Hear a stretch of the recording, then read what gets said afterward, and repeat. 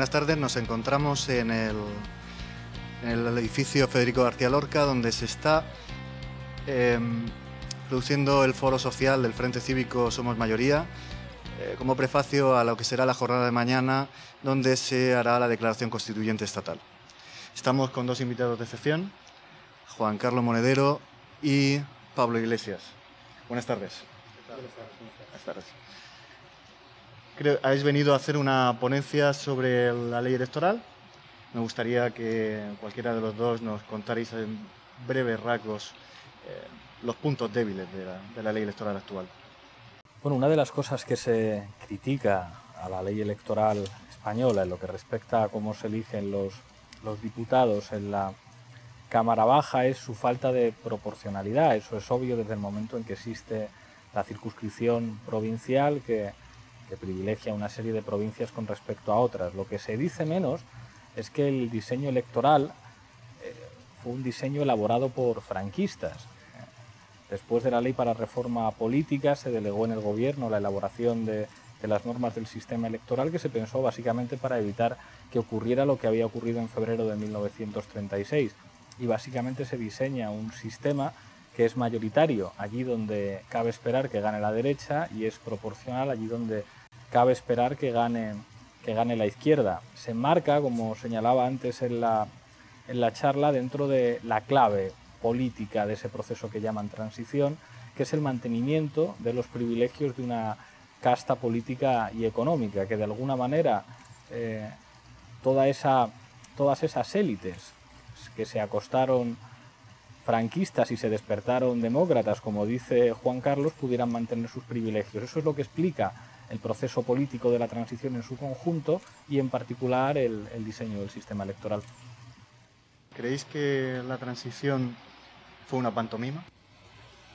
O todo lo contrario, ¿no? Es decir, la transición fue un ajuste muy claro que garantizase la continuidad de las élites políticas y económicas del franquismo, envuelto en un relato que es lo que era una mentira, ¿no?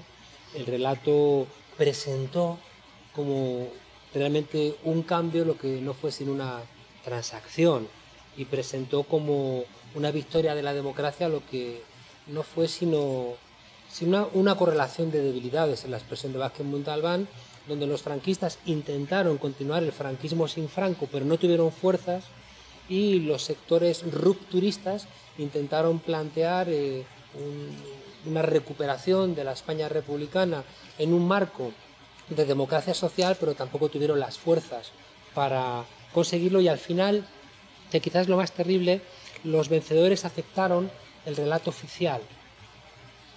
No, los vencidos aceptaron el relato oficial de los vencedores. Y de alguna manera los elementos que debieran haber servido para buscar, rastrear en la memoria y en la historia anticipaciones de las peleas de hoy desaparecen, ya que desaparecen vencedores y vencidos, desaparecen antifranquistas y franquistas, desaparecen demócratas y antidemócratas escondidos en esa figura del búnker contra todos los demás, y al final en ese agujero de la reconstrucción de la memoria, la derecha es capaz de armar un relato ininterrumpido, mientras que la izquierda o el pensamiento crítico le resulta imposible, de manera que siempre tiene un presente y un futuro mucho más frágiles que los que construye el conservadurismo. La ley electoral tal y como está planteada aquí, el sistema de Hond, ¿en el resto de Europa también se utiliza de esta manera? Hay muchos modelos en Europa, diferentes modelos electorales que responden a coyunturas diferentes, o sea, desde el modelo mayoritario de los británicos al modelo alemán, que es una referencia en los sistemas electorales, con sistema mixto de diferentes fórmulas correctoras para elegir los representantes. Es muy complejo el panorama electoral europeo. Sí, pero lo que sí que está claro, fíjate, en la pregunta, Don es solamente uno de los elementos, ¿no? Tenemos la mala costumbre de echarle la culpa a Don, cuando lo que hicieron los que discutieron la ley electoral, sobre todo a raíz de la ley para la reforma política, como planteaba Pablo en el año 76, lo que buscaban era conjuntar una serie de elementos para garantizar un resultado, ¿no? Entonces, adscribir a cada provincia 2 diputados, seas Cuenca o seas Madrid o Barcelona, lo cual genera una tremenda desproporcionalidad. En la horquilla entre 300 y 400 diputados quedarte en 350, ¿no? Cuando podías haber tenido 400, incluso 500, ¿no? Hubiera garantizado una mayor proporcionalidad. El adscribir muy pocos diputados por provincia, que hace que la tercera fuerza siempre se quede con un resto inservible de 30.000, 40.000, 50.000 votos que no sirven para nada. Y luego D'Hondt, que es un matemático que lo único que te dice es que divides los escaños por los votos obtenidos y el resto mayor va adscribiendo los escaños, ¿no? O sea, D'Hondt es el menos culpable porque D'Hondt en otros sistemas electorales como el belga genera proporcionalidad. Lo que sí que es cierto es que todos los sistemas electorales optan por 2 cosas, o por la eficiencia del Ejecutivo o por la representatividad de la democracia. Es la gran discusión. Sistemas como el alemán lo que buscan es un mayor compromiso de la ciudadanía con su sistema político, mientras que el sistema español lo que optó es por la estabilidad y le dio igual la representación y le dio igual la democracia. Lo que quería era garantizar que siempre hubiera un gran partido que gobernase, ¿no? Y que evitara que el gran juego de la transición, que era evitar a como fuera cualquier tipo de reclamación de culpas, esa es la figura del rey, esa es la figura de los militares, esa es la figura de la amnistía, no se viera de alguna manera trastocada por un sistema electoral que le diera el poder a los que querían regresar a la República. Por eso también en las primeras elecciones el rey se reserva la elección de 41 senadores reales, ¿no? ¿Para qué? Para que si las elecciones no hubieran resultado como ellos pensaban, siempre en el Senado pudieran trastocar el resultado final, ¿no? Es decir, lo que buscaban era un resultado de estabilidad franquista o postfranquista y el sistema electoral era un mecanismo. Pablo, tú antes comentabas algo sobre las élites. Me gustaría saber si, aparte de la ley electoral, las élites se han valido de otros instrumentos que la ciudadanía, y en este caso los miembros del Frente Cívico, deberían conocer. Bueno, en España no existe una oligarquía o una gran clase empresarial que se haya enriquecido por sus méritos, sino dependiendo siempre del Estado. El Estado ha sido la vaca que ha amamantado a las grandes fortunas en España a través de concesiones y de privilegios. Eso era una constante durante el franquismo y ha seguido siéndolo. Los casos de corrupción que no paran de estallar demuestran una verdad. Lo importante no es, a pesar de que los medios no hablen de otra cosa, el tipo de papel higiénico que usa Bárcenas, o el menú, o los pantalones, o toda esa especie como de fetichismo morboso que se ha desencadenado, sino que en última instancia la pregunta que habría que hacer es quién ponía ese dinero. Ese dinero solamente lo podían poner grandes empresas y grandes constructoras a cambio de favores administrativos. Eso demuestra quién gobernaba en este país. ¿Gobernaban los ciudadanos a través de sus representantes o gobernaban las grandes constructoras a través de sobornos? Esa es una de las claves del funcionamiento político de nuestro sistema. El caso Gürtel, el caso Bárcenas, no se estudiará en las facultades de Derecho, se estudiará en las facultades de Política, porque la corrupción ha sido una forma de gobierno. Pero toda esta corrupción que parece asaltar no solo España, sino prácticamente en toda Europa, ¿no? Ahí se ven movimientos sociales como el Frente Cívico, se ven en Italia, en Grecia, se ven en Eslovenia, incluso Hungría, Bulgaria, Rumanía, se ven también en Irlanda. O sea, es generalizado, ¿no? Es que la corrupción es el lubricante del sistema y con la crisis económica la corrupción deja de ser tolerable para unas mayorías de población que ven perjudicado su nivel de vida. Y por tanto, esa amabilidad previa con la corrupción, que la daban como algo consustancial al sistema y que, ya digo, toleraban, puesto que ellos recibían también su cuota parte de bienestar, deja de ser algo tolerable cuando pierdes la sanidad, pierdes la educación, suben los transportes, se te niega el acceso a la universidad, y entonces las desigualdades pasan a ser algo estruendoso, ¿no? Y y la corrupción no deja de ser un elemento extremo de la desigualdad. Y por tanto vemos que ahora emerge con mayor radicalidad por las dificultades que están obteniendo, en el caso de España, 6 millones de parados, decenas de miles de desahuciados, decenas de miles de estudiantes que no pueden continuar sus estudios, etc.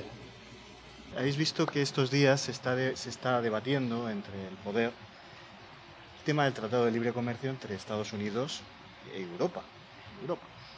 Y también estamos viendo cómo poco a poco estos derechos de los que hablabas, Juan Carlos, están siendo abolidos lentamente, de una manera escalada, en todos estos países que he nombrado antes y que además podría añadir más.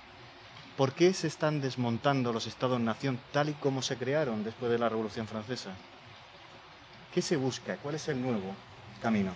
Hombre, la verdad es que se podrían escribir 6 o 7 tesis doctorales para responder a una pregunta tan amplia, el Tratado de Libre Comercio de Europa con Estados Unidos y el desmantelamiento de los Estados-nación desde la Revolución Francesa. Yo creo que a grandes rasgos se puede decir que ha habido una transición o un trasvase de la soberanía de los estados a entidades de gobierno político supranacional, como el FMI, como el Banco Mundial, como la Organización Mundial del Comercio. De hecho, los estados europeos pertenecientes a la Unión pues no pueden hacer política monetaria, que es uno de los instrumentos fundamentales para hacer política económica, y las directrices fundamentales se marcan en Bruselas.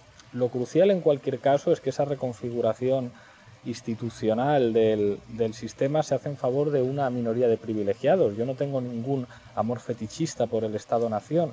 Lo que ocurre es que de alguna manera los estados se han quedado convertidos en el último reducto capaz de proteger derechos colectivos conquistados por los trabajadores desde hace 200 años y, sin embargo, las instituciones supranacionales, no sometidas a ningún tipo de control democrático, favorecen los privilegios de una élite que no para de enriquecerse y que además aprovecha la coyuntura de crisis para construir una suerte de contrarrevolución para favorecer sus privilegios a costa de recortar y destruir los derechos sociales conquistados en los últimos tiempos.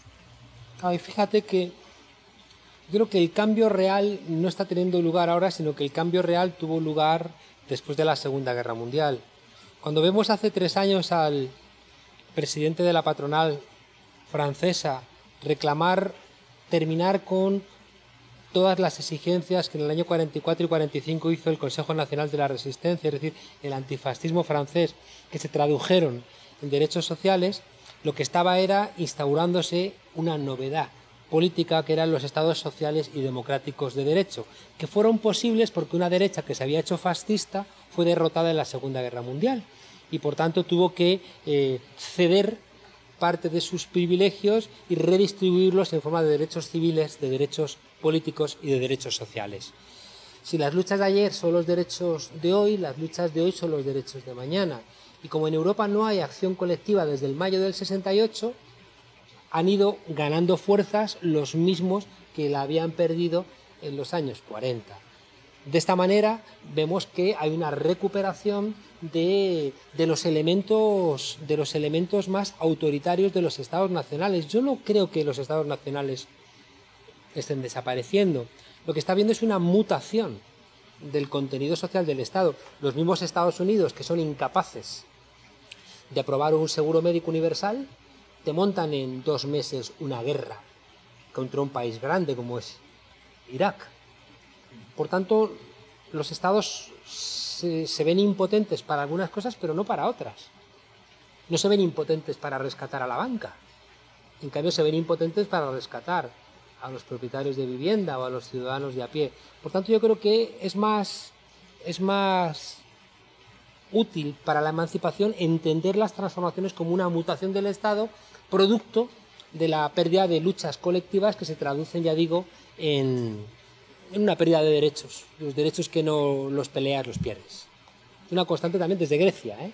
Sí, sí. Es decir, que la Grecia clásica, la articulación de los aporoi libres, de los pobres libres, lo que buscaba era frenar el privilegio y el poder de los poderosos. Y eso generaba siempre la necesidad de presiones. Y cuando la presión bajaba, que es lo que lleva a Aristóteles también a entender siempre los cambios políticos como cíclicos, ¿no? Como que nacen unos de otros en virtud de las presiones populares.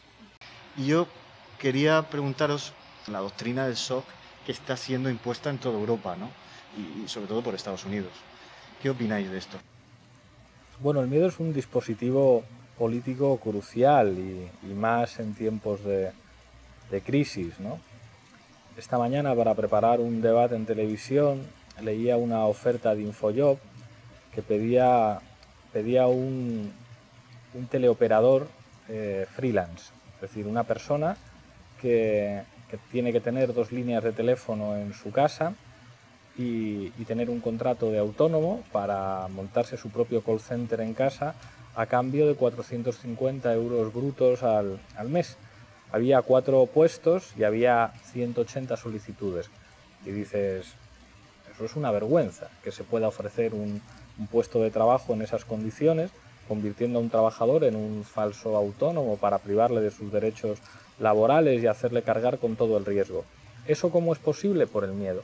Incluso que una empresa se atreva a hacer una oferta como esta y no le quemen el local, pues eso es el efecto político del miedo. La gente tiene miedo a que le desahucien, la gente tiene miedo a perder su puesto de trabajo, la gente tiene miedo a no poder pagar la escuela de sus hijos, y es un dispositivo político de un poder enorme. Y para que las cosas cambien, el miedo no puede desaparecer, el miedo es crucial, simplemente tiene que cambiar de bando. La clave para entender que existan estados del bienestar, la clave para entender que se redujera la jornada laboral, que se pagaran las vacaciones a los trabajadores, que hubiera seguros de desempleos, era el miedo de los ricos. El miedo de los ricos a la Unión Soviética, el miedo de los ricos al movimiento obrero, el miedo. Por eso es, a pesar de las barbaridades que se hicieron en nombre del comunismo en la URSS, sin embargo la caída del muro fue una mala noticia para todo el mundo porque quitó el miedo a buena parte de las clases política y económicamente dominantes. Entonces la tarea es lo que dicen los ríos propaganda, ¿no? Los chicos del maíz y habeas corpus, es que el miedo cambie de bando. Claro, poco que añadir más a lo que ha dicho Pablo. La contraparte del miedo es la impunidad. Cuanto más miedo te tienen, más impune eres. Y por tanto, esa sensación generalizada de miedo, esa exacerbación de la represión por parte de los cuerpos policiales, esa censura directa o indirecta de los medios de comunicación, ese oscurecimiento de la disidencia, va generando una normalización, pues como la de los esclavos en la Grecia clásica, donde la exigencia única al esclavo era que no fueran todos vestidos igual para que no se notase su número. Y de alguna manera nosotros hoy estamos siendo sometidos a esta pérdida radical de derechos porque hemos interiorizado por un lado el miedo y lo hemos convertido en una naturalización que nos impide ver la alternativa. Y eso hace que los ricos cada vez sean más ricos y los pobres cada vez sean más pobres, tanto en el ámbito internacional como al interior de nuestros países. Y por eso yo creo que una de las principales tareas tiene que estar en el ámbito de la conciencia. Si una mujer maltratada cree que el maltrato es porque su marido la quiere, por mucho que intentes sacarla de esa situación no vas a lograrlo, ¿no? Por tanto, la solución es hacerle ver que su marido es un canalla y después ayudarla, ¿no?